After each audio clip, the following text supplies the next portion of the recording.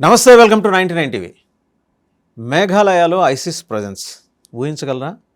మొన్నటికి మొన్న ఒక ఆయన యుఎస్ఏ నుంచి వచ్చిన ఒక ఏజెంటు చొరబడి అక్కడి నుంచి ఆ నార్త్ ఈస్టర్న్ స్టేట్స్ నుంచి ఇటు మయన్మార్కి ఒక ప్రత్యేకమైన రవాణా వ్యవస్థ, స్మగ్లింగ్ వ్యవస్థను రూపొందించుకున్నాడు.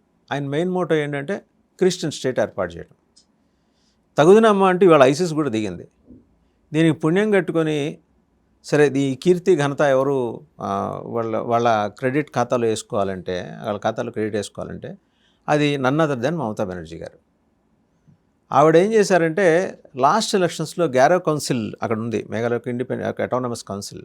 అక్కడ కేవలం గ్యారో తెగకు చెందిన గిరిజనులు మాత్రమే పోటీ చేయాలి, అదొక నిబంధన. వేరేజ్ అక్కడ ఆవిడ ముస్లిం అభ్యర్థులను రంగంలో దింపింది ఒక 5 సీట్లలో. అప్పటి నుంచి వాళ్ళ ప్రజెన్స్ పెరుగుతూ వస్తుంది. వెస్ట్ బెంగాల్లో ఉన్న మమతా బెనర్జీకి మేఘాలయతో సంబంధాలు ఏంటి? As to what prompted her to initiate such kind of action. అంటే మమతా బెనర్జీ పుస్తకం ఓపెన్ చేస్తే ఒక్కొక్క పేజీలో ఒక్కో నేర చరిత్ర కనిపిస్తూ వస్తుంది. ఆవిడ మూలాలు, ఉగ్రమూలాలు ఉన్న వాళ్ళతోటి ఆవిడకున్న అనుబంధం, సాన్నిహిత్యం, సంబంధ బాంధవ్యాలు. ఈ రోజున ఇవన్నీ చదువుతుంటే అసలు ఆవిడ నేటివిటీ మీద అనుమానాలు వస్తున్నాయి. ఇంతకుముందు బోళ్ళన్ని దీనికి సంబంధించిన న్యూస్ ఆర్టికల్స్ కూడా వచ్చినాయి, కానీ అథెంటిసిటీ లేకుండా వాటి గురించి ప్రస్తావన చేయడం మర్యాద కాదు కాబట్టి వాటి గురించి నేను మాట్లాడలేదు. బట్ ఈరోజు అనుమానాలు వస్తున్నాయి. అనుమానాలు ఎలాగో కేంద్ర ప్రభుత్వం నివృత్తి చేస్తుంది. సువేంద్ర అధికారి అదే పని మీద ఉన్నాడు గడిచిన 10-15 రోజులుగా. ఇప్పుడు ఈ మేఘాలయ ఏంటి, ఈ గ్యారో కౌన్సిల్ ఏంటి, అక్కడ ముస్లిం అభ్యర్థుల రంగంలోకి దింపడం ఏంటి, వాళ్ళకి ఐసిస్ మద్దతు ఏంటి, వీటంటి మీద సమగ్రంగా వివరించడానికి మనతో ఉన్నారు geopolitical affairs expert Pavan Shreshtha. నమస్తే పవన్ శ్రేష్ఠ. నమస్తే అండి. నేను చెప్పేది బట్టతలకి మోకాలకి ముడేసినట్టు కనిపించవచ్చు, కానీ నాకైతే అనుమానాలు ఉన్నాయి. నాలాంటి చాలామంది లిటిల్ విజ్డమ్ ఉన్న వాళ్ళకి, పరిమిత జ్ఞానం ఉన్న వాళ్ళకి ఇన్ని అనుమానాలు ఉంటాయి. కేంద్ర ప్రభుత్వానికి ఎన్ని అనుమానాలు ఉండాలి? ఇంకొక తిరగేసి మనం మాట్లాడితే మనకే ఇంత తెలిస్తే కేంద్ర ప్రభుత్వానికి ఇంకా ఎంత తెలియదు. అదే. సో మనం అంతా ఓపెన్ సోర్స్ ఇంటెలిజెన్స్ ఆర్ వేరు సోర్సెస్ నుంచి తెలుస్తాయి. బట్ కేంద్ర ప్రభుత్వం దగ్గర దీనికంటే ఎక్కువ ఇన్ఫో ఉంటుంది, డేంజరస్ ఇన్ఫో వాళ్ళ దగ్గర ఐ బిలీవ్ ఉన్నది. అంటే ఇప్పుడు మమతా బెనర్జీకి మేఘాలయలో ఐసిస్ ప్రెజెన్స్, అల్ఖైదా ప్రెజెన్స్కి సంబంధం ఏంటి అంటే సింపుల్ అండి. Civilisation, as simple as that. సివిలైజేషన్ని ఇరాడికేట్ చేయాలనేది ఏదైతే ఒక అటెంప్ట్ జరుగుతుందో దాంట్లో Mamata Banerjee is a pawn civilisation ఇరాడికేషన్లో. అండ్ దాన్ని ఆపే ప్రయత్నం బీజేపీ చేస్తుంది. బీజేపీ ఇందులో ఏమి వాళ్ళు డిప్లొమాటిక్గా వాళ్ళు ఏం చెప్పట్లేదు. ఈ ఏడాది మొదట్లో ఒక జాతీయ మీడియా వాళ్ళు నిర్వహించిన కాన్క్లేవ్లో BJP national secretary, organisation national secretary BL Santosh గారు వెళ్ళారు ఒక అతిథిగా. వెళ్ళినప్పుడు ఆయన సింపుల్గా అనేసారు, మేము బంగ్లాదేశ్ మాకు రాజకీయం కాదు, సివిలైజేషనల్ బ్యాటిల్ అనేసారు. అంటే చాలామంది ఏమనుకున్నారంటే కేవలం వెస్ట్ బెంగాల్లో అక్కడున్న హిందువులను కాపాడడం కోసం ఇలా అనుకున్నారు. కానీ అంటే మమతా బెనర్జీ తవ్వుతూ వెళ్తే తెలుస్తున్నది ఏంటంటే ఆవిడది ఏదైతే ప్రభావం ఉందో అది కేవలం బెంగాల్కే పరిమితం అవ్వలేదు. బంగ్లాదేశ్కి వెళ్ళి బంగ్లాదేశ్ మీదుగా వేరు రాష్ట్రాలకు కూడా వెళ్ళింది. అంటే అడగచ్చు ఎలాగ మమతా బెనర్జీ అంతుందంటే మనం లాస్ట్ ఎపిసోడ్లోనో ముందు ఎపిసోడ్లోనో కూడా మనం దీని గురించి మాట్లాడుకున్నాం. ఇక్కడ శారదా స్కామ్, ఇలా రకరకాల స్కాములు చేసి ఆ మనీ సైఫన్ చేయడం, డైమండ్ హార్బర్లో మొత్తం స్మగ్లింగ్లు అవి, దాని ద్వారా బంగ్లాదేశ్ పంపడం, అక్కడ జమాత్ కానివ్వండి వేరే అక్కడ ఏవైతే టెర్రర్ మాడ్యూల్స్ ఉన్నాయో వాళ్ళకి మమతా బెనర్జీ ఫండింగ్ చేస్తుందని అక్కడ ఉన్న రిటైర్డ్ బ్రిగేడియర్ వాళ్ళ రాసిన వ్యాసాలు ఉన్నాయి. మనకి డాసియర్స్ కూడా షేక్ హసీనా ఇవ్వడం, వీటి గురించి మనం ఆడుకున్నాం. ఆ మనీ ఎటు వెళ్తుంది? మనం ఏమనుకున్నామంటే జస్ట్ ఇక్కడ ఏదో యాక్టివిటీస్గా వెళ్తుంది తిరిగని అనుకున్నాం. But one very scary observation ఏముంది అంటే బంగ్లాదేశ్లో ఐసిస్కి, దాని తర్వాత అల్ఖైదా ప్రెజెన్స్కి, అక్కడ టెర్రర్ యాక్టివిటీస్కి, ఈ మయన్మార్ ఇక్కడ టెర్రర్ యాక్టివిటీస్కి సమ్హౌ ఒక కనెక్షన్ ఉంది. ఎందుకంటే మామూలుగా బంగ్లాదేశ్ బార్డర్ అంటే చాలామందికి అస్సాం ఇంకా పశ్చిమ బెంగాలే గుర్తొస్తాయి. కానీ ఈ 2 రాష్ట్రాలే కాకుండా భారతదేశానికి సంబంధించిన ముఖ్యంగా నార్త్ ఈస్ట్కి సంబంధించిన ఇంకొక 2 రాష్ట్రాలు వస్తాయి. ఇంకా యాక్చువల్లీ 3, ఒకటి త్రిపుర, మిజోరాం అండ్ మేఘాలయ. ఈ 3 కూడా వస్తాయి. మేఘాలయలో ఇటీవల చాలామంది బంగ్లాదేశీలను పట్టుకుంటున్నారు. అక్కడ ఉన్న బిఎస్ఎఫ్ లేకపోతే స్థానిక పోలీసులు, కేంద్ర బలగాలు ఒక జనాలు పట్టుకుంటున్నారు బిఎస్ఎఫ్ వాళ్ళని, బంగ్లాదేశీలని, రోహింగ్యాలని. సో అంటే వాళ్ళు ఎలా ఇన్ఫిల్ట్రేట్ అంటే డెమోగ్రఫీ చేంజ్ అనేది మనం కేవలం అస్సాము పశ్చిమ బెంగాల్ అని అనుకున్నాం, కానీ బంగ్లాదేశ్ డెమోగ్రఫీ చేంజ్ నార్త్ ఈస్ట్లో కూడా చేయాలనుకుంటుంది. అండ్ దీనికి మమతా బెనర్జీ ఎలా హెల్ప్ చేస్తున్నారు? క్లియర్ కట్ ప్యాటర్న్ మనకి ఏం తెలుస్తుందంటే, నేను చెప్పాను మమతా బెనర్జీది ప్రభావం ఏదైతే ఉందో నార్త్ ఈస్ట్ రాష్ట్రాల్లో కూడా వెళ్తుంది వయా బంగ్లాదేశ్ అని. 2023లో మేఘాలయాలో ఎన్నికలు జరిగాయి. మేఘాలయాలో ఎన్నికలు జరిగినప్పుడు అక్కడ టీఎంసీ పోటీ చేసింది. అందరినీ ఆశ్చర్యపరిచేలా టీఎంసీ 5 సీట్లు గెలిచింది. ఒక బెంగాలీ పార్టీ అక్కడ గెలవడం అంటే అందరికీ చాలా ఆశ్చర్యం కలిగించింది. అండ్ 5 సీట్లు నిజంగానే మంచి విక్టరీని అందరూ అనుకున్నారు. కానీ తర్వాత తెలిసింది మమతా బెనర్జీది ప్రభావం ఎలా ఉందో. అక్కడ డెమోగ్రఫీ చేంజ్ చేయడంలో somehow TMC and Mamata Banerjee they are playing a role, వాళ్ళ పాత్ర ఉంది. అండ్ దానిని ఎక్స్టెన్షన్గా తీసుకెళ్తే ఏం చేస్తూ వచ్చారంటే టీఎంసీ వాళ్ళు కానీ మమతా బెనర్జీ కానీ, నార్త్ ఈస్ట్లో అటానమస్ కౌన్సిల్స్ ఉంటాయి. అంటే అక్కడ లోకల్ ట్రైబల్స్కి ఏంటంటే వేరే వాళ్ళు ఎవ్వరూ కూడా అక్కడ ప్రభావం చూపించకుండా వాళ్ళే అంతా చూసుకోవడం, ఎన్నికలు లోకల్వి వాళ్ళే చేసుకోవడం, దాని వల్ల వేరే వాళ్ళ ప్రభావం రాకుండా డెమోగ్రఫీ చేంజ్ అవ్వదు. వాళ్ళది ఏదైతే లోకల్ వాళ్ళ కల్చర్, కస్టమ్స్, ట్రెడిషన్స్ ఉన్నాయో వాటిని చేంజ్ చేయకుండా ఉండడానికి అక్కడ అటానమస్ కౌన్సిల్స్ ఇచ్చారు. వాళ్ళే మొత్తం చూసుకుంటూ ఉంటారనమాట. అలాగే గ్యారో అటానమస్ కౌన్సిల్ అని ఉంది. గ్యారో హిల్స్ అని మేఘాలయలో ఒక ప్రాంతం, అక్కడ గ్యారో అనే ట్రైబ్ ఉంది. అక్కడ ఏంటి అంటే కేవలం గ్యారోస్ మాత్రమే పోటీ చేస్తారు అటానమస్ కౌన్సిల్లో జరిగే మున్సిపల్ ఎలక్షన్లో. ఎందుకంటే మీకు చెప్పాను కదా ట్రైబ్, అక్కడ వాళ్ళది ఆచారం, అది ఆ రూల్, కస్టమ్స్ అవంతా. టీఎంసీ వాళ్ళు ఏం చేశారంటే ఏడాది ఐ థింక్ అరౌండ్ మార్చ్ ఏప్రిల్లో టీఎంసీ వాళ్ళు అక్కడ ముస్లిమ్స్ని దింపారు. దాంతో అక్కడ చాలా గొడవలు జరిగాయి. ఎట్లా దింపుతారు ఇప్పుడు గ్యారో కౌన్సిల్ నియమాలకి నిబంధనలకు విరుద్ధం? ఇదే ప్రశ్న వాళ్ళు అడిగారు, కానీ అక్కడ ఆబ్వియస్లీ వినలేదు. టీఎంసీ కమిషన్ డినై చేయాలి కదా, చేశారు. చేసిన తర్వాత గొడవలు మొదలయ్యాయి. రవిశంకర్ ప్రసాద్ దీని మీద రియాక్ట్ అయ్యారు. అంటే బీజేపీ జాతీయ స్థాయి నేతలు రియాక్ట్ అయ్యారు. Election commission and contest allow చేయలేదు, వీళ్ళు నిలబెడతామన్నారు. దే సెడ్ టీఎంసీ వాళ్ళు మేము అక్కడ నిలబెడతాము గ్యారో మున్సిపల్ ఎలక్షన్లో అంటే యాక్చువల్గా వ్యతిరేకించారు. అక్కడ గ్యారో కౌన్సిల్ వ్యతిరేకించింది, దాని తర్వాత స్థానిక నేతలు వ్యతిరేకించారు, బీజేపీ వ్యతిరేకించింది. ఆ వ్యతిరేకతతోని వాళ్ళు అక్కడ గొడవలు క్రియేట్ చేశారు. సో దీనికి జాతీయ స్థాయిలో నేతలు రియాక్ట్ అయ్యారు. మమతా బెనర్జీ అక్కడ చాలా గొడవలు క్రియేట్ చేస్తున్నారు. సో ఆ క్రొనాలజీ సమచేలాగా సో మమతా బెనర్జీని వీళ్ళు అంటే మేము ఓడించాలి లేదు చేయలేదు. ఇంకా దాని తర్వాత గొడవలు జరిగాయి. అండ్ అక్కడ స్థానికంగా పోలీసులు దే సప్రెస్డ్ ఇట్, వాళ్ళు సప్రెస్ చేసేసారు అనమాట. సో అంటే ఈ ఉదాహరణ ఎప్పుడండి, ఏ సంవత్సరం జరిగింది? ఈ సంవత్సరమే I think around March April ప్రాంతంలో జరిగింది ఇది. సో ఇది ఎందుకు చెప్తున్నానంటే మమతా బెనర్జీ డెమోగ్రఫీ చేంజ్ కేవలం ఆవిడ బెంగాల్లోనే చేయాలనుకోలేదు, ఆవిడ నార్త్ ఈస్ట్లో కూడా చేయాలనుకున్నారు ఆవిడ. అండ్ ఈ నార్త్ ఈస్ట్లో చేయడానికి ఆవిడ బంగ్లాదేశ్కి ఫండింగ్ ఇచ్చారు. అండ్ టు జమాత్ త్రూ ఇక్కడ స్మగ్లింగ్ అండ్ శారదా స్కామ్ ఇవన్నీ ఎక్సెట్రా ఎక్సెట్రా. ఇక్కడ సొమ్ము చేసుకుందంతా అక్కడికి తరలించి అటు నుంచి ఈ స్టేట్స్ లో ఖర్చు పెట్టేలాగా. ఎగ్జాక్ట్లీ డెమోగ్రఫీ చేంజ్ కి అంతా. ఇక్కడ ఇంకొక స్కేరీ థింగ్ ఏంటి అంటే ఇప్పుడు బంగ్లాదేశ్ లో సో ఇది ఎస్టాబ్లిష్ అవుతూ వస్తున్న వాస్తవం, జమాత్ కి Mamata Banerjee funding already establish అయింది. బీజేపీ కూడా యాక్చువల్ గా ఇప్పుడు మరి సువేంద్ర బీజేపీ ఐ థింక్ 14లో అన్నారు, కొంతమంది నేతలు ఆరోపణలు చేశారు. మరి ఐ థింక్ ఇప్పుడు వాళ్ళు కూడా దీని మీద ఏమైనా విచారణ చేస్తారేమో చూడాలి, తీరాలి. ఇప్పుడు ఇదంతా ఐసిస్ ప్రెజెన్స్ కనబడుతోంది అంటే తేలిగ్గా వదిలేయాల్సిన. ఒకవైపు మనమే మాట్లాడుకున్నాం, వాడు మణిపూర్లో దిగిన మాథ్యూ వ్యాన్ డెక్ వాడేమో క్రిస్టియన్ స్టేట్ అంటాడు, వీళ్ళేమో ఇస్లామిక్ స్టేట్ అంటారు, మనమేమో ఉన్నది భారతదేశంలో. అక్కడ జనం ఏం తేల్చుకోవాలి? అదే దాన్ని ఇన్ఫ్లుయెన్స్ చేయడం. సో మమతా బెనర్జీ జనాలు తేల్చుకోకుండా అంగబలంతోనే అక్కడ డెమోగ్రఫీ చేంజ్ చేసి జనాలు తెలుసుకోవడానికి లేకుండా ఇన్ఫిల్ట్రేటర్స్ తేల్చేలాగా మమతా బెనర్జీ కుట్ర చేస్తున్నారు. సో ఇప్పుడు మమతా బెనర్జీ శారదా స్కామ్ ద్వారా అక్కడ జమాత్కి వీళ్ళకి ఫండింగ్ ఇస్తుంది. సో వాళ్ళు అక్కడ they are actually helping Bangladesh వాళ్ళు ఏంటంటే ఇక్కడికి ఇన్ఫిల్ట్రేట్ అవ్వడానికి సహాయపడుతున్నారు. అండ్ అది ఆల్రెడీ మన వాళ్ళకి తెలుసు, మన వాళ్ళు they are already in that, దాన్ని బస్ట్ చేయడంలో. సందేహం సార్ పవన్ శేష్ గారు, ఈవిడ బంగ్లాదేశ్ని ఆక్రమించి గ్రేటర్ బంగ్లాదేశ్ ఏర్పాటు చేయాలన్నా, లేకపోతే గ్రేటర్ బంగ్లాదేశ్లో ఈవిడ ఒక భాగస్వామిగా మారిపోవాలన్నా, లేకపోతే ఏదో ఒక రకంగా గ్రేటర్ బంగ్లాదేశ్ ఏర్పడితే దానికి అధ్యక్షురాలు లేకపోతే ప్రధానమంత్రి కావాలన్నా ఈవిడ ఆలోచన? అది సిఐ అని అడగాలి. ఎందుకంటే వాళ్ళు they are calling the shots undoubtedly, no doubt అండి. మమతా బెనర్జీ ఒక రాష్ట్ర ముఖ్యమంత్రి, ఆవిడకు అంత తెలివి ఉంది, అంతగా ఆవిడ ఒక ఇంత చేసే ఆర్థిక బలం అంగబలం తెగింపు ఉందండి, ఆవిడకి తెగింపు ఉంది. ఆవిడ తెగింపు ఎందుకు ఉంది అంటే ఆవిడకి సిఐఏ బ్యాకింగ్ ఉంది.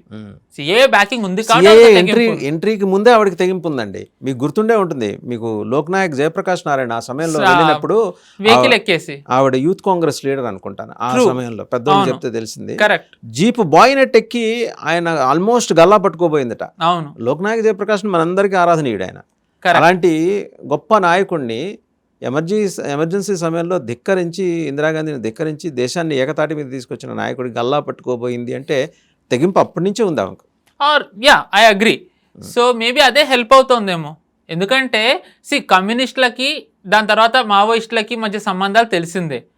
ఆ వాళ్ళిద్దరినే విడగొట్టే మావోయిస్టులనే తనకి సహాయపడేలా చేసి కమ్యూనిస్టులను ఓడించేలా చేసింది అంటే ఆవిడ తెలివి సామాన్యమైనది కాదు. పార్లమెంట్లో డెమోగ్రఫీ చేంజ్ అవుతుందని చెప్పి స్పీకర్ మొహాన పేపర్లు విసిరుగొట్టి తర్వాత స్వయంగా డెమోగ్రఫీ చేంజ్ చేయడం అనేది అసలు రంగు మార్చడం ఆవిడకే నిజంగా. సో ఆవిడకి తెలివి ఉన్నది కాబట్టే సిఐ ఆవిడని సరైన పొలిటికల్ లీడర్ గా గుర్తించుండొచ్చు. ఎగ్జాక్ట్లీ, పాసిబుల్ అయ్యి ఉండొచ్చు. సో ఆవిడ ఎంత బంగ్లాదేశ్ లో ఉన్న ఎక్స్టర్నల్ అంటే మనకి యాంటీ నేషనల్ ఫోర్సెస్ కి ఫండింగ్ ఇచ్చారంటే ఆవిడ ఐ థింక్ డిసెంబర్లోనో ఇయర్ స్టార్టింగ్లోనో ఈ గ్యారో కౌన్సిల్లో, ఈ గ్యారో హిల్స్లో పోస్టర్స్ వెలిసాయి, ఐసిస్ పోస్టర్స్ వెలిసాయి. ఆ గ్యారో హిల్స్ నుంచి గ్యారో వాళ్ళందరూ వెళ్ళిపోవాలి, ఇది మా ప్రాంతం అని. సో జస్ట్ ఇమాజిన్, మనం ఇరాక్ సిరియాలో చూసిన లాంటి పరిస్థితిని ఇక్కడికి తేవాలనుకున్నారంటే అది ఎంత ప్రమాదకరం. అండ్ ఎస్పెషల్లీ నార్త్ ఈస్ట్, మనకి నార్త్ ఈస్ట్కి వెళ్ళాలంటే ఎంత సన్నటి 20 కిలోమీటర్స్ ఆ వైడ్ ఉన్న స్ట్రెచ్ వెళ్తే అయిపోయింది. అది వెస్ట్ బెంగాల్లోనే ఉంది, సిలిగురి కారిడార్. ఆ సిలిగురి కారిడార్లో అందరూ ఎవరెవరు ఉన్నారో మనకి తెలిసిందే. అందుకే సువేందు అధికారి గారు వచ్చిన వెంటనే ఆయన యుద్ధ ప్రాతిపదికన హైవేస్ కన్స్ట్రక్షన్, నేషనల్ సెక్యూరిటీ అని 7 highways ని కేంద్ర ప్రభుత్వానికి ఇచ్చేసారు ఆయన. నేషనల్ సెక్యూరిటీ నిన్న చూస్తేనండి, మ్యాప్ చూస్తుంటే తెలిసింది, ఒక సాలెగూడి మాదిరి బంగ్లాదేశ్ ని చుట్టుముట్టి ఉంటాయి. సో అక్కడ మొత్తం ఇప్పుడు ఆ హైవేస్ మీద కంప్లీట్ ఎయిర్ క్రాఫ్ట్స్ ల్యాండ్ అవడానికి, టేక్ ఆఫ్ ల్యాండింగ్, ఈ వార్ జెట్స్ ఇవన్నీ దానికి వీలుగా వాటిని complete government of India take over చేయబోతుంది. ఎగ్జాక్ట్లీ. అంటే ఇది ఏదో వచ్చిన వెంటనే వీళ్ళు నిర్ణయాలు తీసుకోలేరు, వీళ్ళది వ్యూహం, వీళ్ళు ఎప్పుడనే వీళ్ళు రెడీగా పెట్టుకున్నారో వచ్చిన తర్వాత దాన్ని అమలు చేస్తున్నారు వీళ్ళు. అండ్ ఈ హైవేలు మీరు ఏదైతే అన్నారు 7 highways ఇచ్చింది, వాళ్ళది నేషనల్ సెక్యూరిటీ అన్నారు, వాళ్ళు డెవలప్మెంట్ అనలేదు. ఇప్పుడు మనకి గంగా ఎక్స్ప్రెస్ వే అనో, యమునా ఎక్స్ప్రెస్ వే అనో, ఢిల్లీ టు మీరట్ ఏవో వేరు ఎక్స్ప్రెస్ వేలు మన దేశంలో కట్టినవి డెవలప్మెంట్ అన్నారు. కానీ వీళ్ళు ఇక్కడ నేషనల్ సెక్యూరిటీ అన్నారు. ఎందుకంటే they are directly connected to Bangla border అండి. Correct, exactly. సో ఎందుకు నేషనల్ సెక్యూరిటీ అని అన్నారు అంటే, somehow I hope I'm wrong, but down the lane we may see a face off with Bangladesh అనిపిస్తుందండి. ఒక 2-3 ఏళ్ళలో బంగ్లాతోటి యుద్ధం అనివార్యం అనేట్టు ఒక అవకాశం అయితే ఉంది. ఎందుకంటే బంగ్లాదేశ్కి ఈవిడే అగ్గిపెట్ట చేతిలో పెట్టుకొని ఎక్కడ కనిపిస్తే అక్కడ అగ్గిపొల్ల గీస్తే వెళ్తుంది ఆవిడ. ఇప్పుడు ఓడినా సరే ఆవిడ ప్రభావం ఇంకా ఉంటుంది. ఎందుకంటే since she is an asset of CIA, ఖచ్చితంగా ఉంటుంది. ఆవిడ అంటున్నారు కదా మోదీ ప్రభుత్వం ఢిల్లీలో ఇంకొన్ని నెలల్లో పడిపోతుందని. సో ఆవిడ ఆవేశంలో అన్నారా ఏమన్నారో తెలీదు, సిఐఏ అసెట్లని అంత తేలిగ్గా తీసి పారేయలేము. హైలీ క్యాలిక్యులేటెడ్ అండి. Unless and until she has inputs from CIA she won't spell out like that. Possible. ఖచ్చితంగా ఆవిడకి ఇప్పుడు ఏంటంటే ఇవన్నీ డాట్స్ అన్ని కనెక్ట్ చేసుకుంటుంటే సిఐఏ పన్నుతున్న కుట్ర, చైనా ఏమో పక్కన అవతల నుంచి అరుణాచల్ ప్రదేశ్ పైనుంచి అసలు ఏం జరుగుతుంది తమాషా అని చెప్పి వాళ్ళు చూస్తున్న తీరు, వాళ్ళు బంగ్లాదేశ్కి సహకరిస్తున్న వ్యవహారం, ఓ పక్క పాకిస్తాన్ అదేంటి పక్క దేశానికి బియ్యం గోధుమలు సరఫరా చేస్తున్నట్టు ఉగ్రవాదులు సరఫరా చేస్తున్న వ్యవహారం, ఇవన్నీ కలిపి చూస్తుంటే ఖచ్చితంగా వీళ్ళందరి ఉమ్మడి ప్రయోజనాలను కాపాడే ఏకైక వ్యక్తి మమతా బెనర్జీ 100%. ఎందుకంటే ఇప్పుడు మనం అస్సాంలో ఈ 5 రాష్ట్రాల్లో జరిగినప్పుడు అస్సాం, పశ్చిమ బెంగాల్, పుదుచ్చేరి, కేరళ, తమిళనాడు జరిగాయి. అస్సాం గెలుస్తుందన్న సంగతి అందరికీ తెలుసు, ఎవరికీ సందేహం లేదు. పుదుచ్చేరి గెలుస్తుందన్న సందేహం ఎవరికీ లేదు. విజయ్ కూడా ఇక్కడ చాలా స్ట్రాంగ్ ఎమర్జ్ అయ్యారు. కానీ ఇంటర్నేషనల్ ఆర్టికల్స్ అన్నీ మమతా బెనర్జీ మీదనే ఎందుకు రాశారు? ఇంటర్నేషనల్ విజయ్ ఓ రకంగా క్రిస్టియన్, వీళ్ళకి ఇంకా మంచిదే. కాంగ్రెస్ కేరళలో గెలిచింది. జాతీయ స్థాయి మీడియా వీళ్ళెవ్వరూ దీని గురించి రాయట్లే. ఎన్నికల ముందరంతా మోదీని కొట్టే ఒకే ఒక్క నేత ఎవరు అంటే మమతా బెనర్జీ అన్నట్టు రాశారు. అన్యాయంగా అక్కడ ఎన్నికలు జరుపుతున్నారు అని రాశారు. మనం దీని గురించి కూడా చర్చించుకున్నాం. BBC, Al Jazeera, DW, Bloomberg, Reuters వీళ్ళందరూ రాశారు. ఇప్పుడు ఎన్నికలు జరిగిన తర్వాత అక్కడ మైనారిటీస్కి అట్రాసిటీస్ జరుగుతున్నాయి. మీరు గనక గమనించినట్టయితే నార్వేలో జర్నలిస్ట్ కూడా ఇదే ముక్కను. And it is against the protocol అండి. ఇప్పుడు ప్రెస్ బ్రీఫింగ్ ఉంటుంది కానీ ప్రెస్ మీట్ ఉండదు. కరెక్ట్. అలాగా premieres of other countries if they do visit India also they will address the press briefing, not press meet. And ఆమె తర్వాత బీబీసీకి ఇచ్చిన ఇంటర్వ్యూలో ఆమె అంది అది ప్రెస్ బ్రీఫింగ్ అని. అంటే ప్రెస్ బ్రీఫింగ్ అని తెలిసిన ప్రశ్న అడగాలి అనుకుంది, అది కూడా మైనారిటీస్ వీటి గురించి వాటి గురించి అని అంది. అంటే she was briefed by China అండి, అందులో డౌట్ ఏం లేదు. ఆల్రెడీ లింక్ కూడా ఎస్టాబ్లిష్ అయింది. అక్కడ చైనా ఇంట్రెస్ట్లు ఉన్నాయి కాబట్టి పర్టికులర్గా. ఎగ్జాక్ట్లీ. యూరోప్ వాణిజ్య ప్రయోజనాల్ని మనం తస్కరించుకుపోతున్నామని ఒక చైనా లోపల కడుపులో లుంగలు చుట్టుకున్న బాధ ఉంది కదా, దానికంటే చైనా ప్లస్ పాలసీలో భాగంగా వాళ్ళు యూరోప్ మన వైపు విస్తరించింది వాణిజ్య ప్రయోజనాలు. చైనా వాళ్ళు అడిగించిన ప్రశ్నే, అందులో డౌట్ లేదు. ఇక్కడ CAA ప్రమేయం లేదు. అంటే మీరు చైనాది అన్నది 100% వాస్తవం. కానీ దురదృష్టవశాత్తు ఇక్కడ ఏంటి అంటే మనకి చైనాకి యూఎస్కి మధ్య శత్రుత్వం ఉంది, అది డౌట్ లేదు. కానీ చైనాకి యూఎస్కి కామన్ శత్రువు మనం. సో వాళ్ళిద్దరూ ఒకళ్ళ మీద ఒకళ్ళు కత్తులు నూరుకుంటూ ఉండొచ్చు, కానీ ఏమో తెలియదు. ఎందుకంటే ఆపరేషన్ సింధూర్ అప్పుడు చైనాను పాకిస్తాన్కి సహకరించింది శాటిలైట్ ఇన్ఫో ద్వారా ఆర్ రేడార్స్ ద్వారా, ఫైటర్ జెట్లు, మిసైల్స్ యుఎస్ సహకరించింది, ప్రపంచ శాంతి దూత ట్రంప్ సహకరించింది. సో దురదృష్టవశాత్తు మనం ఏంటంటే ఒక సూపర్ పవర్తోని రెండవ ఆర్థిక అతిపెద్ద దేశం మేబీ యూరోప్ను కూడా మనం తీసిపారేలు. సో ఏంటంటే అందరి ఇంట్రెస్ట్లు ఉన్నాయి నార్త్ ఈస్ట్లో, ఇంక్లూడింగ్ ఇజ్రాయెల్ మొసాద్ వీళ్ళ ఇంట్రెస్ట్. ఇన్ఫ్యాక్ట్ రష్యన్స్ కూడా దొరికారు. మాథ్యూ వ్యాండెక్ దొరికిన తర్వాత అక్కడ రష్యన్స్ కూడా దొరికారు. సో ప్రపంచం ఇప్పుడు it is just like Bharat versus the world. ఇందులో మనం ఎవరిని నమ్మడానికి లేదు. సో అంత మనం అలాంటి దాంట్లో ఉన్నాం. అసలే మాత్రం నమ్మడానికి వీళ్ళేంది చైనా. కరెక్ట్. చైనాని, యుఎస్ ఎవరిని నమ్మలేం, ఎవరిని మనం నమ్మలేం. అందుకే మన యుద్ధ సన్నాహాల్లో మనం ఉన్నాం. సిలిగురి కారిడార్ ఇచ్చిన తర్వాత ఒకటి ఏముంది అంటే మనం అక్కడ మిలిటరీ బేసెస్ పెడతామని అన్నారు. ఆల్రెడీ ఇప్పుడు మిజోరాం బంగ్లాదేశ్ బార్డర్ ఎక్కడైతే టచ్ అవుతుందో అక్కడ మిలిటరీ గ్యారిసన్స్ వచ్చాయి, 2 ఉన్నాయి. సో ఇప్పుడు ఆల్రెడీ ఆల్రెడీ 3 కమాండ్స్ వచ్చినాయి కదండి. ఒకటి అస్సాంలో ఉంది, ఒకటి బీహార్ అండ్ వెస్ట్ బెంగాల్, 3 చోట్ల వచ్చినాయి కదా. బీహార్లో MIM వాళ్ళు ఒప్పుకోమంటే అక్కడ చాలా సివియర్గా మీరు ఒప్పుకుంది ఏం సంబంధం లేదు, వీ విల్ బిల్డ్ అని అన్నారు. నేషనల్ సెక్యూరిటీ కావాలి కాబట్టి వీ విల్ బిల్డ్ అని. అంటే మనకి ఇప్పటివరకు ఇక్కడ అంతా కూడా BSF ఎక్కువ వస్తూ వచ్చింది. పశ్చిమ బెంగాల్ ఏంటంటే ఎయిర్ బేస్ ఉంది, అస్సాంలో తేజ్పూర్ ఉంది. సో అక్కడ అంతా ఎయిర్ ఫోర్స్కి ఎక్కువగా ఉంది, ఆర్మీకి ఏంటంటే బేసెస్ ఉన్నాయి, అంటే బార్డర్ దగ్గర ఎక్కువ లేవు. సో ఇప్పుడు ఏంటంటే వాళ్ళు గ్యారిసన్స్ నిర్మించుకుంటూ వెళ్తున్నారు, అంటే పర్మనెంట్గా ఉండడానికి అక్కడ. సో ఎందుకు చైనా బార్డర్లో కాదు, సమ్హౌ బంగ్లాదేశ్ బార్డర్లో కడుతున్నారు అంటే వీఆర్ సెన్సింగ్ బంగ్లాదేశ్ మన మీదకి రావచ్చు అని. సో ఎందుకంటే మన ఆల్రెడీ బంగ్లాదేశ్ అని మనకి 2001-2 ప్రాంతంలో జరిగింది. వాజ్పేయి గారు ఉన్నప్పుడు, షేక్ హసీనా ఉన్నప్పుడే మన BSF పోస్ట్ మీద దాడి చేసి BSF సోల్జర్స్ని వీళ్ళు ఎత్తుకెళ్ళిపోయారు. BSF సోల్జర్స్ని ఎత్తుకెళ్ళిపోయి కర్రకి వాళ్ళని ఇలా వేలాడదీసి కాళ్ళు ఇవి పెట్టి, దురదృష్టవశాత్తు సౌరభ్ కాలియా గారిని కార్గిల్ వారు అప్పుడు ఏదైతే చేశారో అలాగే వాళ్ళవి నాలిక కోసేసి, మ్యూటిలేట్ చేసేసి, కళ్ళు తీసేసి, నాలిక కట్ చేసేసి సజీవ దహనం చేశారు BSF సోల్జర్స్ని. భారత్ బంగ్లా బార్డర్లో BSF సోల్జర్స్ సజీవ దహనం చేశారు. సో ఈసారి ఇప్పుడు అలా జరిగితే ఇంకా ఇంపాసిబుల్. మనం ఆ సిచ్యువేషన్ కూడా మనం తెచ్చుకోదలుచుకోలేదు, ఎందుకంటే అది ప్రభుత్వానికి చాలా చెడ్డ పేరు వస్తుంది. So better be prepared. So I think somehow మనం అందుకే ప్రిపేర్ అవుతూ ఉన్నాం. అలాంటి దేశానికి డీజిల్ పంపించడం, నిత్యావసరాలు పంపించడం, నీళ్ళు ఇవ్వటం అవసరమా? మనం భారత్ ఎప్పుడు ఎలా చూస్తుందంటే 2 ఉంటాయి. ఒకటి ద్వైపాక్షిక సంబంధాలు ప్రభుత్వంతో ఉంటాయి, అండ్ ప్రజలు, పీపుల్ టు పీపుల్. ఇప్పుడు అక్కడ బంగ్లాదేశ్లో రోడ్డు మీదకి ఎంత వీళ్ళు వచ్చినా జనాలు మొత్తం భారత్కి వ్యతిరేకంగా ఉన్నారు అనుకోలేం. ఇప్పుడు నేపాల్ కూడా నిజానికి ఆ బాలెన్ షా మనతోని ఎలాగా కొంచెం రెచ్చిపోతున్నాడో చూసాం. కానీ ఇప్పటికీ మనం నేపాల్కి పవర్ ఇస్తున్నాం, మనం అన్ని సప్లైస్ ఆపలేదు. ఎందుకంటే పీపుల్ టు పీపుల్ కాంటాక్ట్ ఎప్పుడైనా ఉండాలండి. ఎందుకంటే పీపుల్ టు జనాలు ఎక్కడైనా ఒక దేశాన్ని అన్నది కూడా అదే కదా. ఎగ్జాక్ట్లీ. ఆయన ఏంటంటే అంటే ఇప్పుడు యుఎస్ది మీరు కనుక చూసుకుంటే ఒక అంబాసిడర్ ఎవరన్నా సెలెక్ట్ ఒకవేళ అయినా, లేకపోతే వాళ్ళు వేరే దేశానికి వెళ్ళినా వాళ్ళు ఎప్పుడు తరచూ ఒక మాట అంటారు, పీపుల్ టు పీపుల్ కనెక్షన్ అని.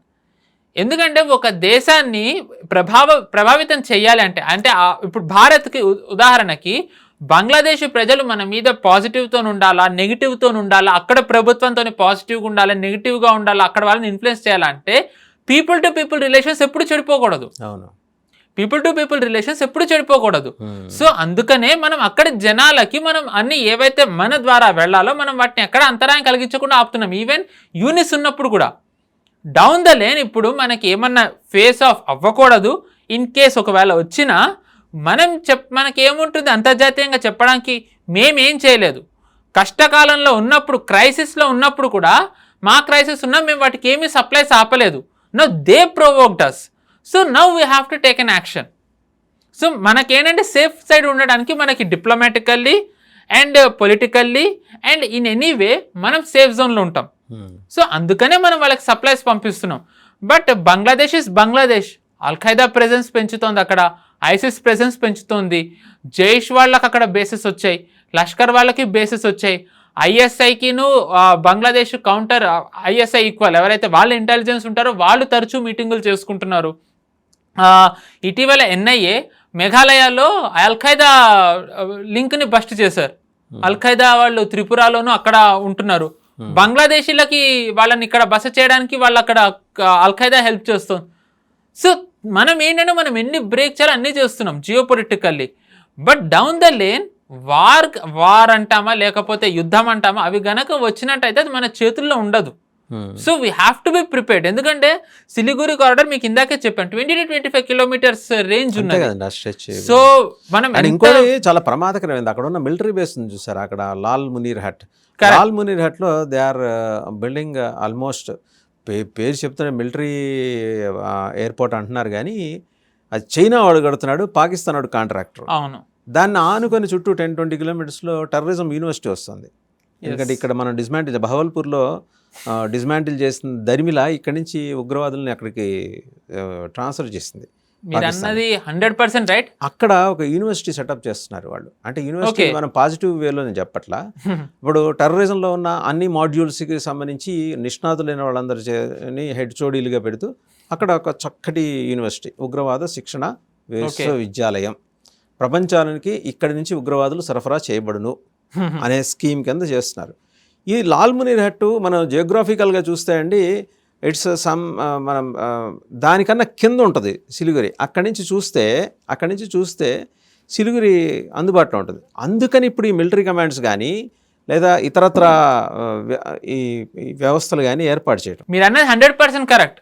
సో ఆల్రెడీ మనకి చైనా సిలిగురి కారిడార్ దగ్గర వాళ్ళ బేసెస్ మేము హెల్ప్ చేస్తామని, మాకు స్టేషన్స్ కావాలని అనడం. సో మనకి ఇవన్నీ ఉన్నాయి. సో అందుకే వీఆర్ గెటింగ్ ప్రిపేర్డ్. పాకిస్తాన్కి ఆపరేషన్ సింధు తర్వాత దే హావ్ సెన్స్డ్ మనం పంజాబ్ ప్రావిన్స్ వరకు వచ్చి మనం అటాక్ చేయగలిగామంటే మనకు ఎంత కేపబిలిటీ ఉందో. అంటే ఇప్పుడు ఇదివరకు అట్లాగా ఇంటర్నేషనల్ బార్డర్ ఆ లైన్ మనం ఏమీ ఫాలో అవ్వమన్న సంగతి పాకిస్తాన్కి అర్థమైంది. సో వాళ్ళకి ఇంకొక ఆల్టర్నేటివ్ కావాలి. సో బంగ్లాదేశ్ని సెలెక్ట్ చేసుకున్నారు. మీరు అన్నట్టుగానే యూనివర్సిటీలు కడుతున్నారు. Whatever they are doing. ఇంకొకటి మీరు అన్న చిన్న ఎక్స్టెన్షన్ ఏంటంటే చిట్టగాంగ్లో ఏంటంటే యాక్చువల్గా హిందూస్ ఎక్కువ ఉంటారు. అక్కడ యూనిస్ ఉన్నప్పుడు అక్కడ హిందూస్, బుద్ధిస్ట్, నాన్ ముస్లిమ్స్ అక్కడ ఉంటారు, ఇండిజినస్ ట్రైబ్ అక్కడ వాళ్ళని తరిమేయడానికి బంగ్లాదేశ్ ఆర్మీ వాళ్ళు అక్కడ నానా ప్రయత్నాలు చేశారు యూనిస్ వచ్చిన తర్వాత. బట్ సమ్హౌ వాళ్ళు అక్కడ ఉన్నారు. ఆ చిట్టగాంగ్లో ఏంటంటే మనకి స్పెషల్ ఎకనామిక్ జోన్లో మనకు కొంచెం ప్లేస్ ఇచ్చారు, మనం కొన్ని బిల్డ్ చేయాలని. స్పెషల్ ఎకనామిక్ జోన్ ప్యాకేజ్ కింద మనకు వచ్చింది ప్లేస్, షేక్ హసీనా ఇచ్చింది. యూనిస్ వచ్చిన తర్వాత దాన్ని రద్దు చేసేసారు. ఇప్పటికీ తారిక్ రెహమాన్ ప్రభుత్వం దాన్ని ఏమి యాక్సెప్ట్ దాన్ని మార్చలేదండి. Tarique Rahman himself supports Jamaat-e Islami. Exactly కదా. ఎస్. సో దాన్ని రివోక్ చేయలేదు, అలాగే ఉంది. ఎందుకు ఉంది అంటే ఐఎస్ఐ ప్రెసెన్స్ అక్కడ పెంచుతున్నారు. చిట్టగాంగ్లో ఐఎస్ఐ ప్రెసెన్స్ పెంచుతున్నారు. అంటే ఇక్కడ 1 bird 2 shots. ఏంటి అక్కడ డెమోగ్రఫీ చేంజ్ అయిపోతుంది. ఐదర్ జెనోసైడ్ అన్న అవుతుంది, లేకపోతే ఎక్సైల్. వాళ్ళు ఎక్కడికి వెళ్తారు? ఇంకా కరెక్ట్. వాళ్ళు ఇంకెళ్ళడానికి ఎక్కడికి ఉంది? లేదు. సో జెనోసైడ్ అన్న అవ్వాలి, లేకపోతే సో ఏంటంటే నెంబర్ 1. నెంబర్ 2 ఇన్ఫిల్ట్రేషన్కి. ఎందుకంటే అది మన బార్డరే కాబట్టి. And especially with ISI presence ఉంది అంటే it is very evident CIA presence కూడా ఉంటుంది. సో అండ్ ఇప్పుడు మార్కో రూబియో కూడా భారత్ వస్తున్నారు. ఆయనకేంటి ఇప్పుడు నేను జనరల్గా ఆయనకంటే ప్రపంచంలో చాలా దేశాల్లో చాలా వాళ్ళకి ప్రావిన్స్లు అంటారు, రాష్ట్రాలు అంటారు. జరిగే ఎన్నికల్లో ఆ, ఏ రాష్ట్రం మీద లేని, ఒక ప్రావిన్స్ మీద లేని ఇంట్రెస్ట్ వెస్ట్ బెంగాల్ మీద ఎందుకు ఉంది యుఎస్ఏకి? ఎందుకు secretary of state foreign affairs, అదే విదేశాంగ శాఖ మంత్రి మార్కో రూబియో ఇక్కడికి వస్తున్నాడు? ఎలా మమతా బెనర్జీ ఓడిపోయింది? విశ్లేషణ ఎక్కడ మనం ఫెయిల్ అయ్యాం అంటే వాళ్ళు సిఐఏ ఫెయిల్ అయింది. బహుశా దాని మీద మదింపు కోసం ఏమన్నా వచ్చాడేమో. పాసిబిలిటీస్ ఉన్నాయండి. అంటే ఆయన కలకత్తా ఒక్కటే రావట్లే, ఆయన జైపూర్, ఢిల్లీ పెట్టుకునే వస్తారండి. కలకత్తా ఒకటే వస్తే మీకు నాకు అనుమానాలు వచ్చేస్తాయి కదా, అందుకని ఒక 4-5 పెట్టుకుని అందులో ఒకదాగా ఇది వస్తారు ఇక్కడికి. పాసిబిలిటీ ఉంది. సో మీరు అన్నట్టుగా ఒకవేళ నిజంగా వాళ్ళు అదే విశ్లేషణ చేసుకోవడానికి అంటే కనుక యాజ్ సింపుల్ యాజ్ దట్ అండి. ఎందుకంటే వెస్ట్ బెంగాల్ డెమోగ్రఫీ చేంజ్కి ఒక గేట్వే భారత్కి. అంతే కదా. సో ఇప్పుడు దాని ఆల్రెడీ అస్సాం క్లోజ్ అయింది, మేఘాలయ క్లోజ్ అయింది, మిజోరాం క్లోజ్ అయింది, త్రిపుర క్లోజ్ అయింది, అండ్ ఇప్పుడు బెంగాల్ కూడా క్లోజ్ అయినట్టయితే ఈ డీప్ స్టేట్, యూఎస్లో ఉండే డీప్ స్టేట్ ఏదైతే డెమోగ్రఫీ చేంజ్, సివిలైజేషన్ని నిర్మూలించాలనుకున్నారో అది ఇంపాసిబుల్ అని అన్నాను, కానీ డిలే అవుతుంది. వాళ్ళ ఊపిరితిత్తులు ఆగిపోతాయి. కరెక్ట్. సో అది డిలే అయ్యే అవకాశం ఉంది. సో ఇట్ ఈస్, అందుకే ఇప్పుడు మన లాస్ట్ టైం అన్నట్టు సువేంద్ర అధికారి గారు ఆయన మమతా బెనర్జీని ఎదుర్కోవట్లేదు. సో డైరెక్ట్ అయిన ఇప్పుడు యుఎస్ వారండి, సాంస్కృతిక యుద్ధమే ఇది. ఎందుకంటే 100% సరిహద్దులు మార్చడంతో పాటు సరిహద్దుల్లో ఉన్న ఈ మతపరంగా ఉండే జనాభాలో లెక్కలు మార్చడం ద్వారా over a period of time బంగ్లాదేశ్లోకి దీన్ని ఎపెక్స్ చేసుకుంటూ వెళ్ళటం, చేసుకుంటూ వెళ్ళటం, 100% కలుపుకుంటూ వెళ్ళటం, భవిష్యత్తులో మహా బంగ్లాదేశ్కి మమతా బెనర్జీని ప్రధానమంత్రిని చేయటం, ఇది సింగిల్ పాయింట్ ఎజెండాగా కనిపిస్తుంది. అండ్ నార్త్ ఈస్ట్ కూడా కట్ చేసేయడం, సో దట్ మనకి యాక్సెస్ పోతుంది అండ్ వాళ్ళకు కూడా ఇంకా విచ్చలడుగా డెమోగ్రఫీ ఏంటంటే భారతదేశం మొత్తం కూడా పొద్దున్న లేవగానే రేపు పండిట్ నెహ్రూ గారికి దండం పెట్టుకోవాలి. డోంట్ లుక్ ఎట్ ఈస్ట్ అనే పాలసీ తోటి ఆయన ఉన్నారు కాబట్టి మహానుభావుడు, పూజ్యులు, పెద్దలు, వారికి దండం పెట్టుకొని మళ్ళీ దాన్ని ఓపెన్ చేసింది పివి నరసింహారావు గారు. లుక్ ఈస్ట్ అని చెప్పి ఓపెన్ చేసింది. తర్వాత దానికి గండి కొట్టింది మన్మోహన్ సింగ్ గారు. మళ్ళీ సరే సబ్సిక్వెంట్గా వచ్చిన ఎన్డీఏ గవర్నమెంట్స్ దాన్ని రివైవ్ చేయటం, ఇవాళ మనందరం ఇంత విస్తారంగా మాట్లాడుకోగలుగుతున్నాము అంటే ఇన్ని రాష్ట్రాలు ఉన్నాయి, ఇక్కడ ఇన్ని రకాల జీవన విధానాలు ఉంటాయి, ఇన్ని సంస్కృతులు, నాగరికతలు ఉంటాయి, ఈ రకంగా చొరబాట్లు ఉంటాయి, ఆయన మాట్లాడుకుంటున్నా ఉంటే 2014 తర్వాతే మనం మాట్లాడుతున్నాం. అప్పటిదాకా మనకి ఏం లేదు కదా సమాచారం, మన దగ్గర ఉందా? సమగ్రమైన సమాచారం లేదు కదా. సో తూర్పు వైపు తలుపులు నెహ్రూ గారు మూసేస్తే దాన్ని తెరిచింది అదే కాంగ్రెస్ పార్టీకి చెందిన పివి నరసింహారావు గారు.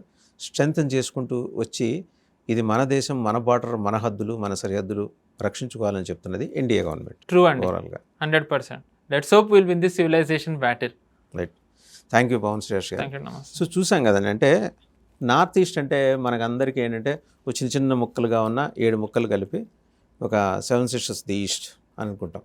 ఇక్కడ నార్త్ ఈస్ట్లో ఇంత దాని వెనకాల దాగున్న ఇన్ని నిజాలు, ఇన్ని సత్యాలు, నిజం కూడా కాదు సత్యాలు, అండ్ ఆ సత్యాల మీద జరుగుతున్న దాడి, ఆ దాడులు చేస్తున్న ఐసిస్, ఆ దాడులు చేస్తున్న సిఐఏ, అండ్ ఆ దాడులు చేస్తున్న బంగ్లాదేశ్ అండ్ పాకిస్తాన్, వీటన్నిటినీ పర్యవేక్షిస్తున్న చైనా. సో మన శత్రువులు ఎలా ఒక్కసారి ముప్పిరుగని మన మీద దాడి చేయడానికి ప్రయత్నిస్తూ వస్తున్నారో వాటన్నిటికీ ఎండ్ కార్డు పలికే ప్రయత్నం అయితే ఈరోజు వెస్ట్ బెంగాల్లో ఏర్పడిన సువేందు సర్కార్ ప్రభుత్వం, ఇది బీజేపీ ప్రభుత్వం అని అనుకోకర్లా, ప్రజల ప్రభుత్వం ఇప్పుడు ఎన్నికైంది. ఆయన వచ్చి 15 రోజులు కూడా కాలేదు, చాలా కీలకమైన నిర్ణయాలు, 7 జాతీయ రహదారులని అనుసంధానం చేస్తూ సాలెగూడి మాదిరి బంగ్లాదేశ్ని చుట్టుముట్టి ఉక్కిరి బిక్కిరి చేసే ప్రయత్నం. అయినా కూడా ఏంటంటే రక్తబీజుడుని నరికినప్పుడు వాడి ఒంట్లోంచి పడే ప్రతి రక్తం నుంచి ఇంకో రక్తబీజుడు ఎలా పుట్టుకొస్తాడో అక్కడ పుట్టుకొస్తూనే ఉంటారు. ఇది ఇట్స్ ఏ నిరంతర యుద్ధం. అక్కడ కనీసం 10-15 ఏళ్ళు చేయాల్సిందే భారతదేశం చేయాలి. సో ఈ క్రమంలో చాలా డెవలప్మెంట్స్ చోటు చేసుకుని ఉంటాయి. అండ్ ఇదే క్రమంలో మమతా బెనర్జీ ఆవిడ దెబ్బతినుంది. ఇప్పుడు దెబ్బతిన్న పులి ఆడపులి శివంగి. ఆవిడ తిరిగి విజృంభించకుండా కట్టడి చేసే ప్రయత్నాలు, అంటే ఆవిడ విధానాల గురించి మనం మాట్లాడుతున్నాం ఇక్కడ, వ్యక్తిగతం గురించి కాదు. ఆవిడ విధానాలు, దేశ వ్యతిరేక విధానాలను నియంత్రించే బహుళ వ్యవస్థలను అయితే కేంద్ర ప్రభుత్వం తయారు చేసుకోవాలి. ఆ దిశగా పడుతున్న అడుగులు ముందుకెళ్ళాలని మనం కూడా కోరుకుందాం. Thank you very much sir. Thank you. నమస్తే.